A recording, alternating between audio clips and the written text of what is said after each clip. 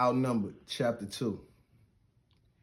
It was a little after 3 a.m. and the rain was falling in bursts that drenched anything it came in contact with.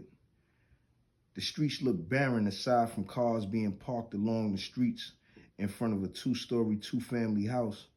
There was a hunter green Tahoe with mirror tints parked with two stick-up kids named Hectic and Buckshot. The cornrow driver was brown-skinned and muscular. Hectic was his nickname, but everyone who knew him just called him Heck. It's only supposed to be dude and his bitch inside. Shouldn't be no extraness since I got the security code to the house. All right? Suit up, Buckshot said to his ace boom coon. He was a 5-foot, beady-eyed, light-skinned dude with a curly afro. Most of the years he attended school, people called him that because he looked like Buckshot Shorty from the boot camp clique. They both made sure their masks and gloves were secure on them before they began walking to the target 3 houses down from where they were parked. Both also unshouldered their 12-gauge shotguns as Buckshot entered the security code.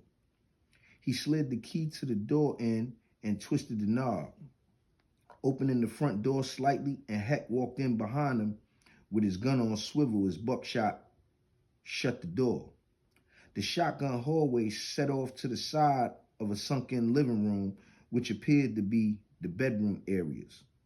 They crossed the living room, Heck making sure no one was inside the kitchen or the den area that sat in a nook of the house, while Buckshot kept his eyes on the bedrooms for any movement. Once he cleared those areas, he joined his partner, who was ready to hit the rooms one by one. The door to the left was open, and a baby was asleep in the crib. Heck nodded toward the near room, and Buckshot opened the door to find his target giving some back shots to what looked like to him like a pretty red-boned woman. He cracked him in the head with the stock of the shotgun, dazing him, and his woman froze at the sight of the two masked men with guns aimed at her face.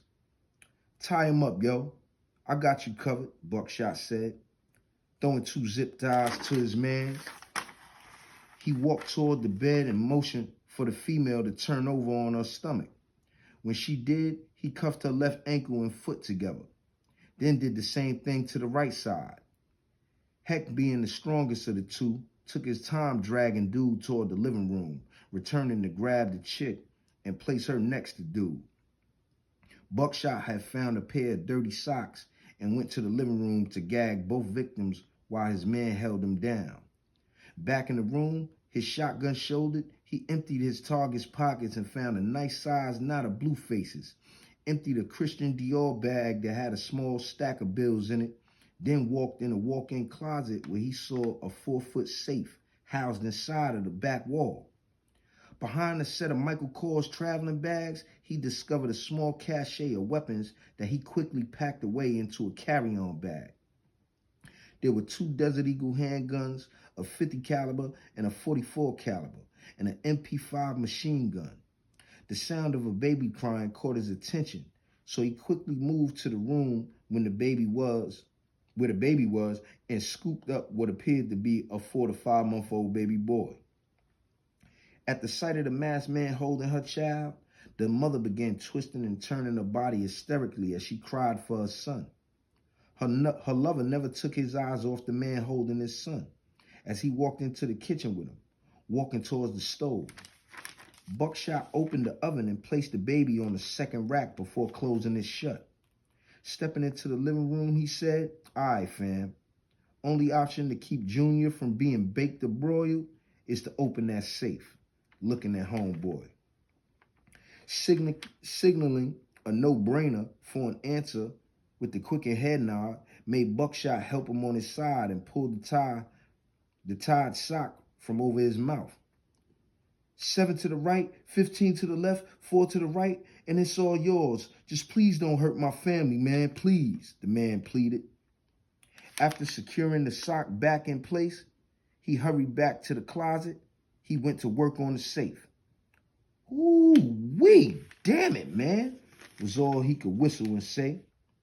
The fact that the money was stacked on top of each other left him frozen for a minute. He opened the travel bag on wheels and after filling it, grabbed another bag to complete the tape. He spotted what appeared to be a jewelry bag and opened it to find so many diamonds sparkling on chains, watches, rings, and earrings, it had to amount to more than the cash he'd already bagged up. Tossing it into the already packed bag, he pulled the bag on his shoulder, grabbed the carry-on, and pulled the bag with wheels to the living room.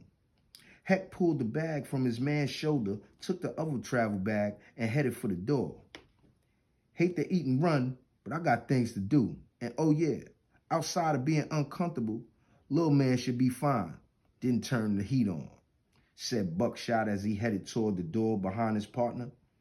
He closed the door and he and Heck hot-stepped it to the truck. The hatch door opened quietly when Heck pushed the button and they loaded up. They both climbed in, pulling their masks off their faces, Heck behind the wheel and his road dog in the passenger seat, unloading his pockets full of money, counting the hundreds out as they pulled off quietly without turning the headlights on until he reached the main road. Well away from the crime scene, Heck said, "Dog, I don't know about you, but I'm hungry as hell." And Buckshot burst out laughing, handed him a little over $4,000 and reached into his other pocket for another stack of blue bills to count. Passing his man another $2,800, Buckshot said, "That's what was in their pockets, my nigga. Let's feed the dogs, get cleaned up, and go out to eat." Heck just nodded, driving with his knees as he counted all of his half of the pocket money. They drove the rest of the way in silence to an apartment they shared. Inside, a black pit bull named Midnight was lurking by the door as Buckshot unlocked the door to the spot. The dog, recognizing her master's return, relaxed a little and let them pass with her tail thumping against both their legs with happiness. Heck pulled his bag up to a square wooden coffee table, sat the shoulder bag down, and headed to the bathroom. Buckshot placed his bag next to the others, went into a closet, pulling out an extension cord and a money counter to begin tallying up the day's work. Placing the machine on top of the coffee table, he went into the kitchen area and filled Midnight's bowl with the dry dog food from a 50-pound bag of OUTNUMBERED, then added some water into her bowl. Having sent the pit bull to dog training school as a puppy, she awaited the proper command to be given before she attempted to eat. "Chakula," said Buckshot, and the dog acknowledged the food then. He asked the trainers to give the commands in Swahili, so if ever someone tried to steal her with simple commands, they'd be lost in trying. Even a pack of bologna or hot dogs wouldn't tempt her without the right words. He plugged in the extension cord in the hallway, connected the money machine cord, turned it on as he sat down and grabbed one of the bags. Bundle after bundle, he loaded the machine and kept track by making 2 piles side by side on the table. Heck came into the living room with the dog on his heels, carrying a salad bowl full of honey bunches of oats and milk, eating with one of his favorite soup spoons. "How we looking? You want me to do something?" he asked. Buckshot smiled in his man's direction, glanced at the jewelry bag and said, "Yeah, go online and find us a jeweler who purchases precious stones and set up an appointment for us to meet and greet," he explained, still counting the rest of the bread. He was down to the last few bundles and offered up a silent prayer to God for not only bringing him and his best friend home safely, but for continuing to keep them alive and out of harm's way once again. The machine beeped at him, bringing him back to reality, and he looked onto the table and saw that he'd split up 10 rolls of $500 bills and now having an odd 344 bills left. He turned to his partner and said, "We'll split this. And I'm saying, not bad for a day's work," he said as he counted out $17,200 for Heck. Scene.